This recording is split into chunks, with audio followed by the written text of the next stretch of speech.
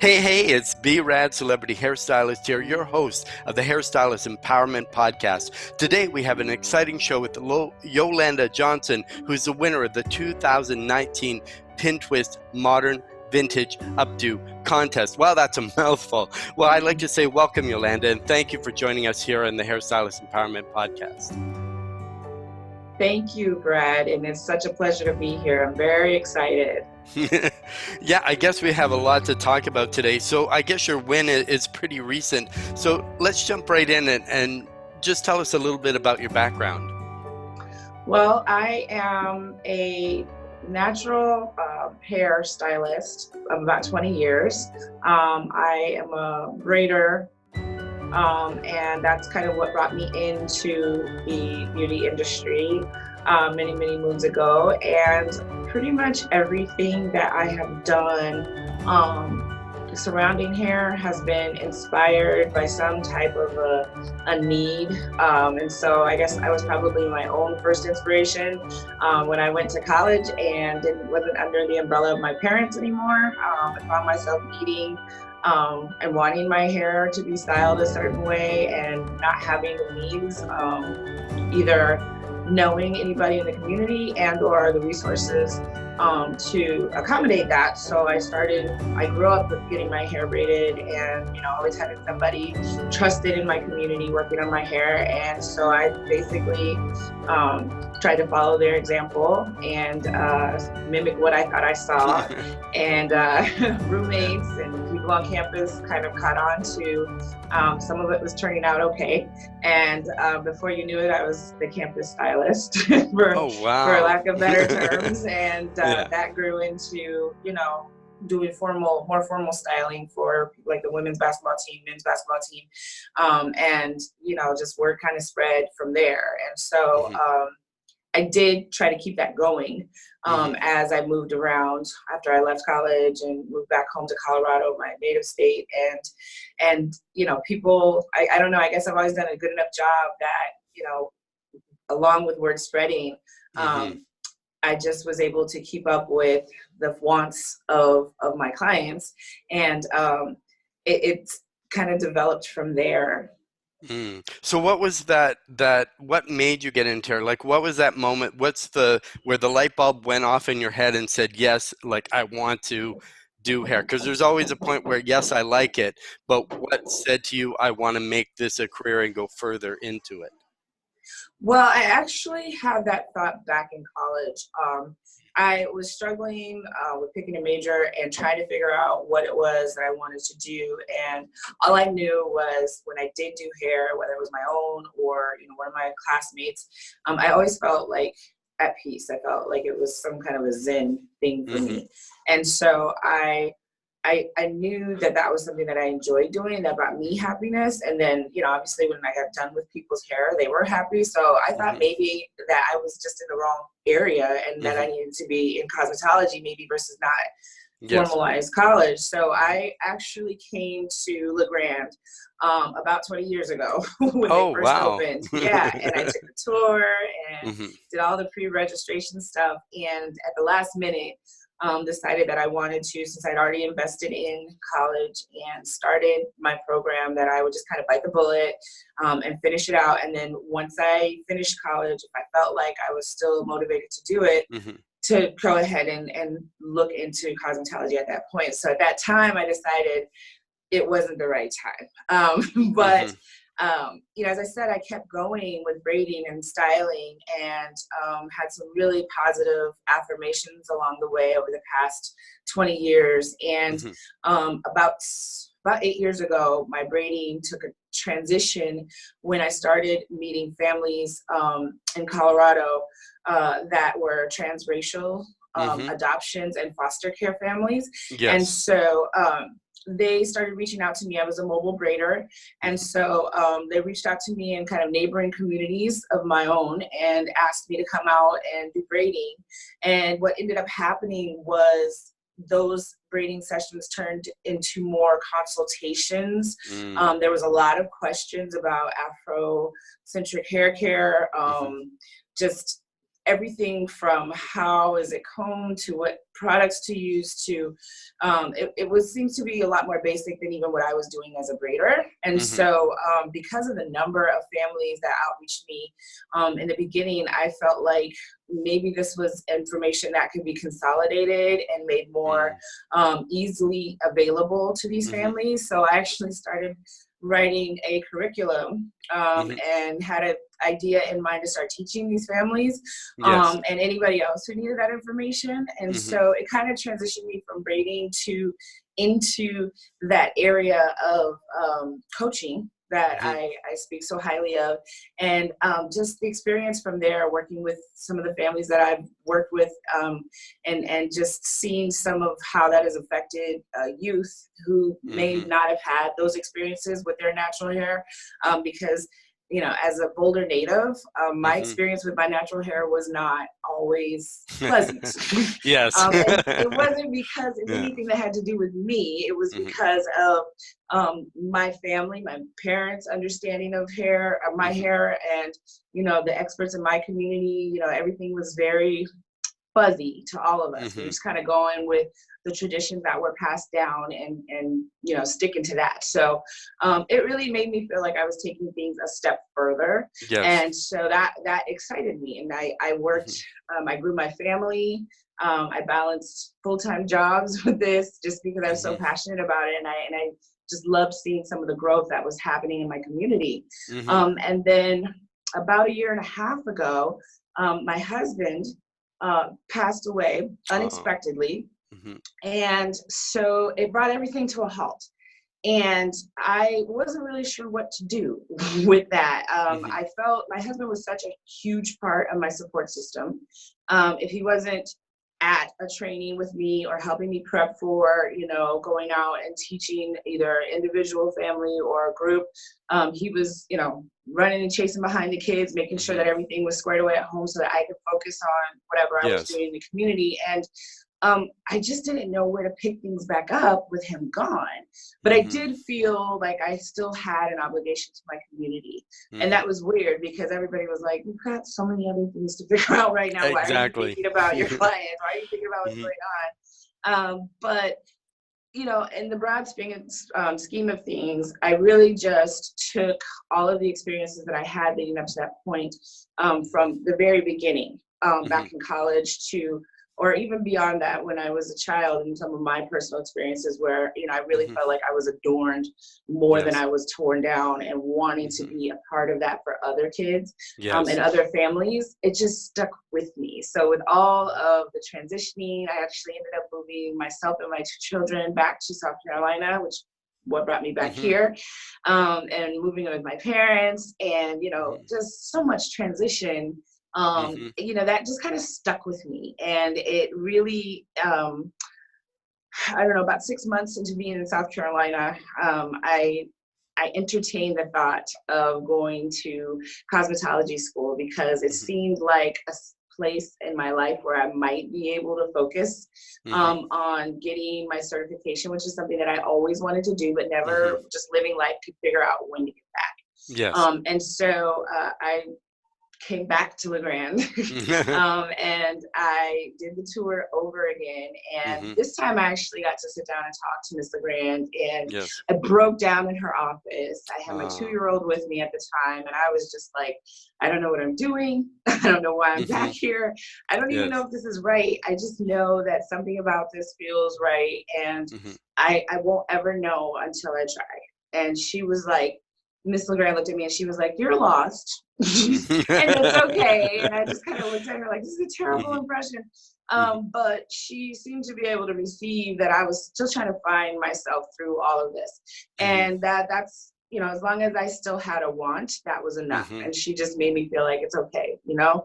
And so, and I'm really grateful because this couldn't have been a more empowering experience, being here at the school and being involved in some of the things that I've been able to be involved in. So that's what brought me back into the field and into the industry and brought us to this interview even. happen. Yeah, no, it's amazing. And that's a like I can imagine it's a big turning point for you because going from everything, having the support, having the community, having everything happen, also being, an, I would say a new parent because you have two boys, correct? So Hmm. so now you have a 9-year-old and a 3-year-old? 10-year-old and a 10-year-old. 3-year-old. Okay. Yeah, just turned 10. Wow. So happy birthday. Yeah, thank No, you. but it's good. So if somebody wanted to be a braider, what do you think it takes to be a braider? Like what type of training? How long does it take? Does it take some type of core or some type of, you know, especially if do you have to be a people person? It, um, I would say that that's a benefit to any type of formal Mhm. hairstyling. Yeah. But in terms of braiding specifically, one of the things that I love about braiding is the tradition Hmm. in the art. I love that it brings people together, it brings communities together. And I love that, of all the hairstyling, it's one of the more what's a good word to it's one of the more detailed Hmm. and more involved of the techniques, and so you Hmm. end up spending a lot of time with your clients and your Yes. friends, depending on the styling, and just getting to know them and Hmm. building up that rapport. Whereas with a lot of the traditional salon stylings, you're with your clients for a couple of hours at the most. Hmm. They're in, they're out, Yes. and you don't see them again for another 4 to 6 weeks or whatever you're doing. Hmm. It's a very different experience. You get very close to people, and Oh, okay. so I'd say definitely having a people personality is a Hmm. benefit. I think also just understanding the fellowship that's involved and Hmm. being able to um, have some integrity behind what you do. People disclose a lot of information. People Hmm. have their kids around sometimes, depending on what your environment is and what you're working at. I mean, there's just all kinds of things that Hmm. can come of a braiding session. And so just being able to have some integrity behind your work, maintain professionalism, not get so comfortable that, you're eating while you're braiding, or, Mm. you keep your Yes. professionalism, try to, make it as enjoyable as an experience, but also Hmm. as professional as an experience for people. And then just staying creative, Hmm. kind of if you have that artistic feature. And, like me, I'm one of those people that can get lost in a design. So if I'm,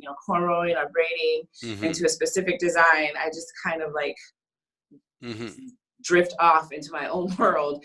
But being okay with letting go enough and being able to share that part of you with other people, Hmm. it always ends up really surprising me how something that I envision can come to fruition and how that affects somebody like one of my clients. And so just being able to be inspired and be true to who you are and what you see, because that oftentimes is what makes you unique as a stylist. Hmm. And then lastly, I would say, especially because we're speaking Hmm. of braiding specifically right now, is Hmm. understanding the need for self-care. I've been Hmm. braiding for 20 years, Hmm. and as a 40-year-old now, Hmm. my body is got aches and pains that you wouldn't believe. And Hmm. so Yes. I have some braid jobs that last into the 2 digits hours. Oh, And wow. after those jobs, I Hmm. definitely feel the effects of what Hmm. I've just done. And so I'd say that just being able to understand and know what the body needs, making sure that you're getting proper nutrition, good Hmm. sleep. Those things may seem like, they're easily overlooked, especially as a Hmm. stylist. I think we've all worked Yes. hours and spent hours on our feet. But Hmm. as a braider, particularly taking really good care and putting back into your body what you give so much out of by that particular styling method Hmm. is a really good key. So something to keep in mind if you're considering the braiding field. Hmm. So also with braiding too, you said about self-care, but what about the hands? Because you're constantly, you know what I mean? Do you find you get a lot of arthritis or pain in your hands, or they tend to cripple up?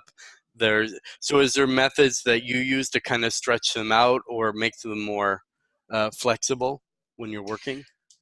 Definitely. And I will say going to cosmetology school and being trained as a stylist in some of the techniques that involve like ergonomic correction and like some of your OTs, kind of schools of thoughts, that's been really helpful. It's helped me to realize what being self-taught over the last 2 decades, while it really, I bloomed as a stylist. I probably did some unnecessary damage just by not learning how to do it right the first time. And so the benefit and the positive side to that is that, I now know how to correct some of how I execute my techniques. And that has definitely helped me in my training. But also being able to, I lose the feeling in my fingers. I have a lot of numbness in my hands.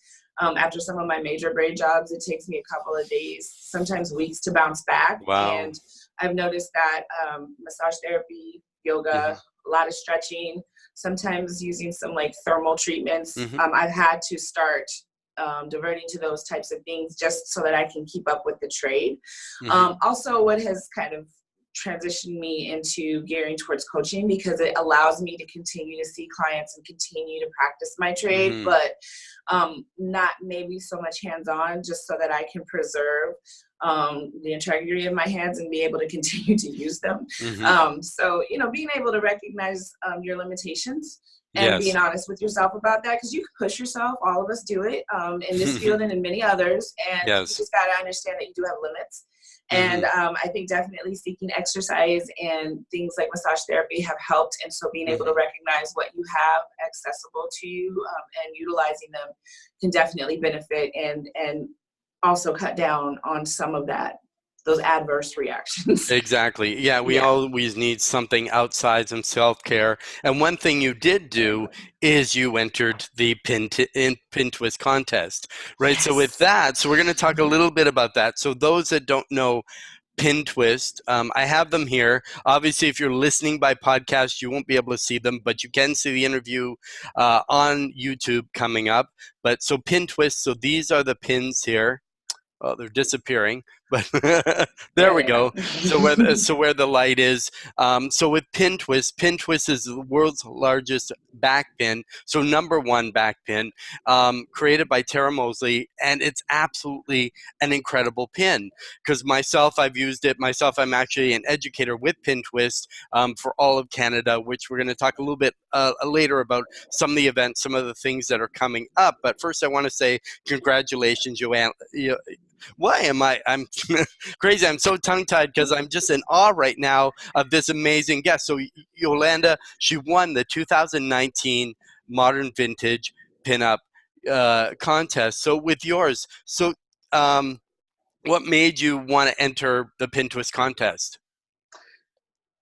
So it was actually a recommendation. I was what we would consider a freshman here at LeGrand. And so I was back in the freshman area. We call it 300-hour room. But and I was just practicing my basic sets. So your thermals, your round brushes, those types of things. And so, part of that, as you've all gone through, those of us that have been trained in cosmetology, you have to finish your sets. And so it was kind of turning into a thing where every set that I would have, I would finish it with an updo.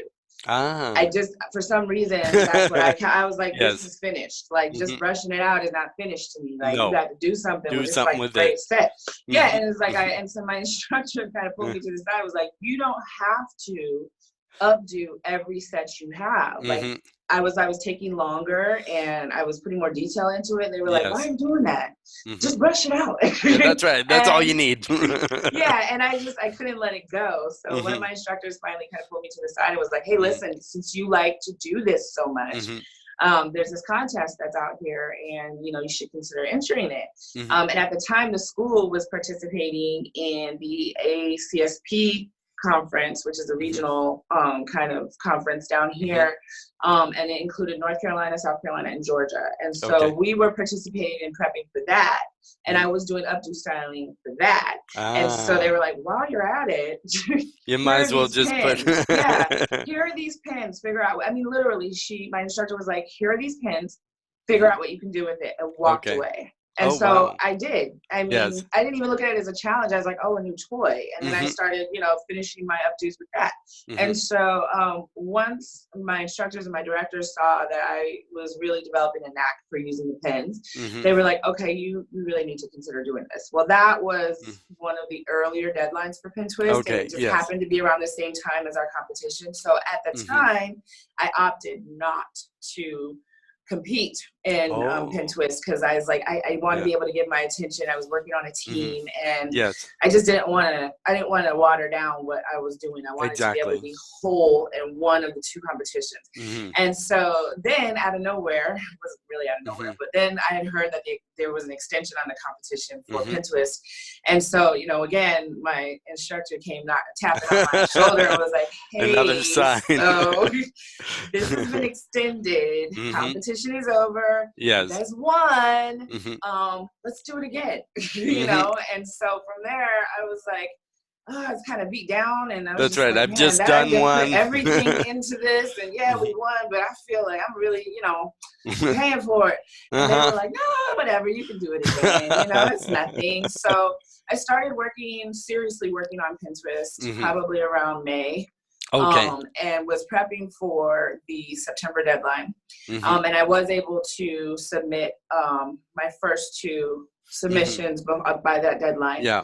And then with the third extension, I was just kind of like, oh man, like I put a lot of work into my girls, and I just kind of went all out. It just ended up being one of those things where it was just like, we just got to make this count. And so I got so inspired, and I really started enjoying the work that I was doing. Yes. And I did everything for my girls. I picked their outfits out. I did wardrobe. I found makeup artists because that's not my forte. And then I just studied. I studied so much on the styling for those first two entries that I just, I knew them in my sleep.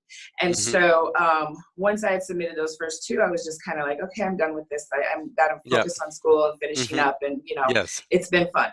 And then a friend of mine was just like, yeah, so there's another extension, and it's going to give people a lot of time to enter, and you never know, and maybe you should just seal it off and do the last one. And I was like, where are people getting that I have all this energy from? But after really digging deep and doing some meditation and thought, I thought, I think I have one more in me. And I really wanted to work. Styling the first two girls was amazing, but I looked at that pen and I saw that there was so much potential, and there was more potential than even I had seen in all of my research. And so I was like, wouldn't it be awesome if you can take this pen and show and broaden the audience? Let's show it in African American hair. Let's show African American styling. Let's open up that market, because this is a really durable pen. And to me, I, as a natural hairstylist, saw like a safe implement, a safe tool, because of how it's designed. So I was like, I don't look at this in any of my research in that, and I don't necessarily see me and my ability to use it. So it's like, wouldn't it be cool to show an even broader market their ability, and then have them be able to identify with the pin as well? And I just really wanted to use an African American model and natural hair and styling a pen. So doing this third one gave me that platform to do it. And then it made me even more passionate about finding an era and vintage updos that really would speak to part of what the Afro hair evolution has been for, in terms of styling and acceptance, and there's so many different areas. And so when I started looking at some of my research for my business, for my service and my company, I just was like, Harlem Renaissance was epic. And so the style that we chose was one that was actually brought to my attention when I first opened up, started prepping for that third entry. And at first I just thought it was kind of basic, and I didn't think it was as elaborate as the other two. And I was like, nobody's gonna want to look at this. But when I researched the style and I researched the era, I said, this one has to happen. Like, it's basic, but it speaks to what was going on at that time. And I think that we can really bring it back to life and modernize it in a way that it can be well received. And so at that point, my goal was to bring it back to life. And I think we were able to accomplish that. I think people were able to look at the stylings and see, you know, the classic look, and also Yes. see it kind of, you know, be able to identify with it and see themselves, Hmm. which is what we wanted to do. So that's kind of how it all came about and came Yeah. together. And yeah, I think it was really fun. It was a Hmm. really great experience. Yeah. So when you put your third one in, you did your research, you got your theme, you had your model. So did you think you were going to win, or you thought, okay, I put my 3 entries in, let's see what happens? Yeah, I really, of all of my support team, was the one that was the least convinced because there were some really great entries. Hmm. And, you know, I don't mean to, you know, look down on any students that are No. out there trying to make a name for themselves or come up, but I just kept Hmm. thinking, you know, these are some really seasoned. I even researched Hmm. the people that were entering the Yes. contest with me Hmm. and just thought, you know, what their background was and what their Hmm. experience was from what I could tell on social media, because I just thought, you know, who you swimming with, you know, get to Hmm. know your competition. And I just thought, you know, Yes. these are some really skilled, seasoned Hmm. stylists. So, you know, I Yes. just kind of thought, as a rookie, Yeah. at least on the styling tip, I was just like, Hmm. I don't really know what to expect, you know. So I Hmm. just, you know, I did my best. And what I usually do at Yes. competitions is I close my eyes, Hmm. I do my styling, like nothing around me No, exists whatever until I'm done. flows. Yeah. And then whatever comes out, comes out. Hmm. And then I open my eyes and I see what else is being done. And then I Hmm. say, oh, okay, this Hmm. is what else is out there. And I saw some really great entries. Yes. So I definitely felt like I was among greatness in that Hmm. competition. There's some really Yeah. great stylists. No, and you got some great prizes. You got some cash. You got some, like it was amazing. Some of the products, I believe, BioVita was in there, and they had Diabetes, some yes. other things. So because now it's getting more known, and because with Pintwist, they now have opened up the entries so people can now enter year round. So Mm-hmm. basically, it's a lot better because I think what happened was they had to, because so many people wanted to get in to the competition, they had to keep extending their deadline. And I Sure. know it's like, for you, it's like, I've already put my 2 in. I'm, I'm good, Yeah, but going that extra, I think, made the difference for you. And here's a it did. so-called, or you say rookie, or like a student, Yeah. and they win the entire thing, like you said, against seasoned stylists. But sometimes I think also simplistic is best, and Yeah. simplistic doesn't mean simple, because a lot of times No. it's more difficult to do Yes. something that looks more Yes. natural. And like you said, doing natural hair, Yes. Pinterest isn't just contained to one market. It isn't contained Absolutely to not. one gender. It isn't Exactly. contained to, like, if I wanted to use a pin and I have long hair, if I wanted to put in a man bun, I could Yep. use a pin You twist. could use that pin twist. But what was your experience? Because it said you put, when you were doing your comb outs, you put every like mannequin into an updo. How did you Mhm. find the difference from the regular bobby pin to using a pin twist pin? It was night and day. And Hmm. as a student stylist, I had to be really careful because as I started experiencing Pinterest, I wanted to use it. I Hmm. don't get a lot of clients that come in for Hmm. updos. I've probably done a Yes. handful of them since I've been at the Hmm. school. But when I do get them, it's hard for me not to use my pen twist on their Hmm. style. If I Yes. do, then I ask them to bring it back because at this point it's an investment for me, and Exactly. I don't want to lose my investment because I'm not actually, you know, it's not going No. back into me. Exactly. But Yeah. I talk to people about the product and Hmm. how I use it. But the reason I say it was hard and I felt conflicted was because I know how much easier it is to use the pen twist Hmm. rather than thousands of pins for Yes. updoing. And so I definitely encourage my clients to Hmm. look into the product, show them how it's used because it is so easy. And man, it just, and I will tell you from my perspective as a natural stylist, Hmm. you know, we have with natural curly hair, we have to be really careful with what we use for styling, Hmm. and we can do a lot of damage with the tinier pins Oh. from overlapping to Hmm. the rubber ends kind of popping off our hair. I Okay. mean, you know, as you know, curly hair is Yes. more vulnerable hair. And so we have to be Hmm. really careful on what we use for our updo style. And I think over the years, we've had to learn our lesson the hard way Hmm. based on what we had and the knowledge Yes. that we had. But I definitely enjoy discovering and working with Pintwist personally because it helped me to see how I could use that and protectively for my natural styling and recommend it to other natural stylists. And so I think it's a great tool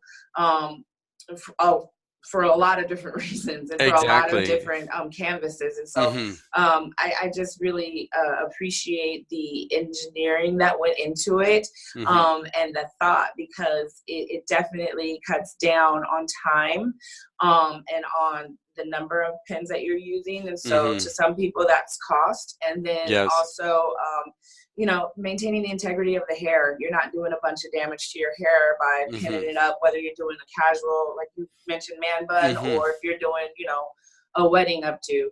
Your hair doesn't have to take a hit for it. So it's a great product. Yeah, exactly. I just love the design. I love the curvature. I love that it's undulated, which means like regular pins, they don't touch anywhere. With this pin, it has so many different touch points, and because you know that a lot of natural hair is a lot thicker, it's a lot coarser, so sometimes too they don't want 50 pins in their hair to try to hold it up. And if you have long hair and you can twist it and you can pin it, literally put it in and it holds, you know, it speaks for itself.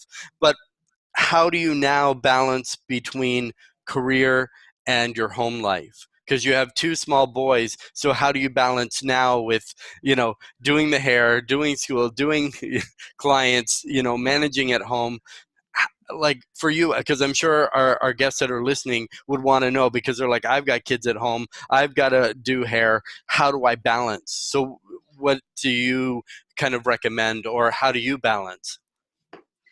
I think that one of the benefits of being a student and taking some of the risks that I've taken and being involved in competitions and other trainings that have been open to us, that the school has brought to us and allowed us to and involve ourselves in or included us in, it has helped me to see the different platforms that are out there for being a stylist. I definitely, especially coming from a braiding background, know how time consuming styling can be. And if you're behind the chair, sometimes it can be a little bit restrictive in terms of hours. And so getting through school, it has been a village effort. My parents have definitely kicked in and helped out tremendously. And I just don't know. I mean, I kept trying to figure out a time to go back to school and take on cosmetology when I was in Colorado. And, you know, my husband and I were juggling family and career, and we just could never figure out the window for me to go back. And so it's very unfortunate how, you know, this all came about, but I do feel like it's kind of the silver lining of everything to be in a place where I can be available during the day and go to school and then be mom, you know, transitioning to mom. Literally, sometimes it's like transitioning on my way out the door to mom. That's right. But, you know, be able to transition to mom and take care of things and really just being organized enough to separate the two places. And, you know, sometimes things overlap, but I think I attest that to being 40 and having to juggle, you know, many things and building that. That's a learned behavior. That's not something that just falls into your lap, especially when you're in your 20s. But I think moving forward, again, very appreciative of all of the experiences that we've been afforded here as students, and that Mrs. LeGrand and the instructors have opened up to us, because it helps me to continue that creative thinking on how I can use the certification and use some of my experiences in my previous trainings, braiding, and then, you know, ultimately with my natural hair care coaching, and how do I make this work for our lifestyle now? And it's just opened up so many avenues for me that I hadn't originally considered, you know. And one of the things that probably kept me from coming to school earlier, which was, you know, how am I going to spend hours in a salon with these two kids and their schedule and everything? So just hearing people's stories, meeting people,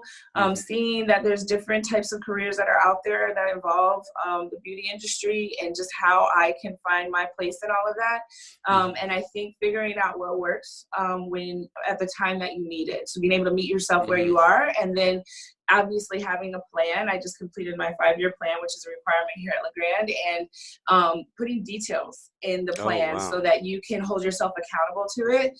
And then once you've crossed those details off, make a new Mm-hmm. plan. You know, that way you're always growing and pushing yourself to grow. And it doesn't Mm-hmm. mean that things won't happen. You know, obviously losing my Yes. husband was not something that any of us planned Mm-hmm. on. And it's heartbreaking when it does. Yes. But being able to still be able to find yourself in all of that means that you are moving in the right direction. You're in the right place. You know, I was always in the right Mm-hmm. place.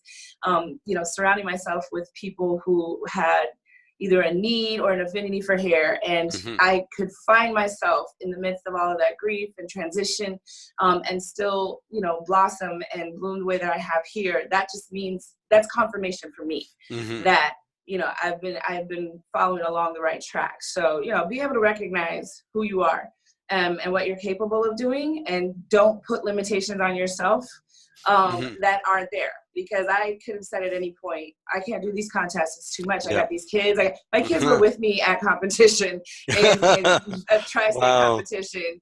Mm-hmm. You know, and for Pintwist, they were with me when I was, you know, Mm-hmm. styling my Yes. models and things like that. I mean, you figure out how to make it work. My kids are some of my best Yeah. marketers. They Mm-hmm. always compliment my clients and tell them how gorgeous they're Yep. going to look when they're done. And my oldest, my 10-year-old, Mm-hmm. was handing out my business cards in preschool to Yes. his Oh, friends. So I mean, wow. like, they are like, my mom's a hair person, like, just Yep. call her. And so, you know, I think also incorporating your family and getting them involved in it Mm-hmm. will help you to be able to balance some of what you're juggling. Mm-hmm. And, you know, like I said, make it work for you.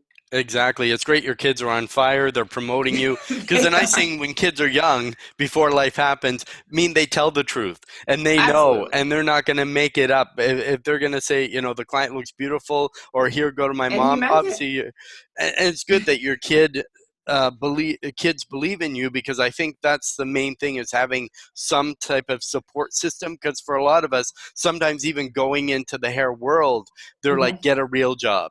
You know Yeah, what I mean? And absolutely. or as a student, a lot of people don't want you to touch their hair until Mm, you've won awards, you've been at yeah. it a while. But when you say, "Hey, let me just," they're like, "No, I'll just go to someone else." I You know. know? But A lot of people are not like running to be in line to be your guinea pigs. yeah, exactly. But some people, you know, they're naturally talented. It's just in them, and they live, eat, breathe hair, and they just want to, you know, be part of that world. So, do you have any upcoming projects coming up, or things that you're doing, or things that the school is doing, or just events that you're involved in or know about?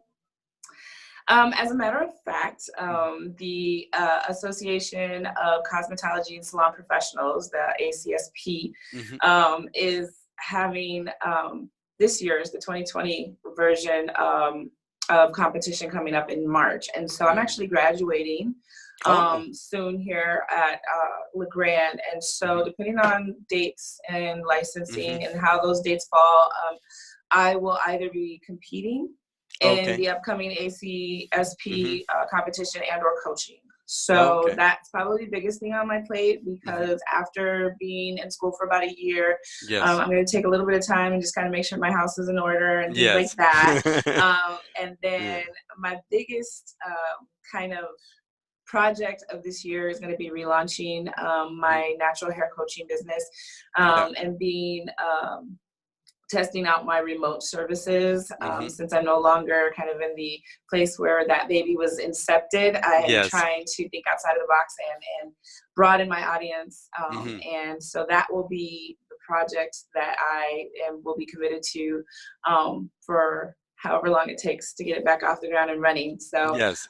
stay tuned for Integrated Roots, Yeah, because we're coming back. there's gonna be more coming, and that's what I was gonna ask. Like, Right. where can people go to see your work? So, what's your like Instagram handle, things like that people can follow you. We'll have it also below on the video version, but if you're listening to the podcast, we will have it in the description as well. But if Yolanda, you Yeah. just want to tell us where's the best place that people can go see your work, connect with you. Yes. For now, the best place is definitely going to be Instagram. On my 5-year plan, I Yeah. have specified that I will have my website up and running about March 2020. Mhm. And so until then, I would say using my Instagram, and my Instagram handle is at integrated _roots. and following my work there. I post everything that I do on there, and then I usually share it with my other social media platforms. And then once I get my website up and running, that will be the primary area to reach out, contact, and or just see some of my work and follow, any projects that I'll be involved in. Oh, that'd be amazing. Yeah, we'll definitely keep Please. following you. And Yeah. then we'll have you in the future, because this has been so, like, the time has flown, like literally Yes, 45 I minutes has already know. flown, and I it's know. and it's great. But we'll definitely follow. I'd love to do a follow up, do a Facebook Live later when you kind of do your coaching stuff, and then we can Yes. actually have people come on and talk to Yes. you live. So this That'd be is great. actually live that we're doing right now, which you'll Yes. see on the Hairstylist Empowerment Podcast. So Monday, which you're listening today. And as I say, if you have feedback, make sure to follow Yolanda. Also, I want to give, because the school has been so instrumental to you, I'd like to give a shout out to LeGrand as well. So I think behind the banner says LeGrand, LeGrandInstitute.com. Yes, Yeah. So if you're in the area and want an amazing school, because obviously she went back, so it must have been instrumental in her life. So in closing, just before in closing, I just want to say that the Pintwist contest is open now year-round. I'll put a link at the bottom. So if you want to enter, all the rules, everything is there. So please do enter. You can also purchase your Pintwist pins at Amazon.ca if you're in Canada, Amazon.com or Pintwist.com, and we'll list those below as well. One thing that we did this year, I actually had Pintwist cruise. So we did a Pintwist cruise where we had education plus vacation. We went to the Caribbean for 8 days, 7 nights. It was like amazing education. A lot of people had incredible time there. Plus they got certified. So where I will show you all the Pintwist styles, but basically it's more about the foundation, and you can just create and do your own, and whatever your passion kind of takes you. If you're a salon or artist, we'll also list some classes coming up as well where you can get your Pintwist certification, where you get certified in Pintwist styling, and we go from there. So in closing, I'd just like Yolanda to carry us out with just your closing words of wisdom, even though you've dropped so many nuggets in this interview already. So if you have any closing words of wisdom on anything for our listening audience, just like to hear what you have some final thoughts. Final thoughts for me are don't ever rule out what's possible. Don't be your own limitation. Really, the sky's the limit. And if you can't see it, but somebody else is saying, hey, it's there. And we don't always have those people to say that, but it doesn't mean that it's not there. So try not to put limitations on yourself, and always reach for the stars, because you never know which one you're going to catch. Amen. Thank you so much, Thank you, Yolanda Brad Johnson, for being on the show. I'm your host, B-Rad Celebrity Hairstylist, here at the Hairstylist Empowerment Podcast. Make sure to share, like, and subscribe, and we'll see you next time.